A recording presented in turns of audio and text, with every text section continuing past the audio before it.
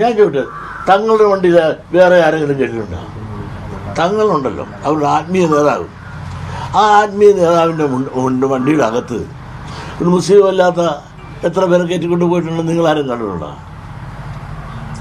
ഇതൊക്കെ ആരോപണത്തിന് വേണ്ടി ഇതുപോലെ തറ പറയരുത്.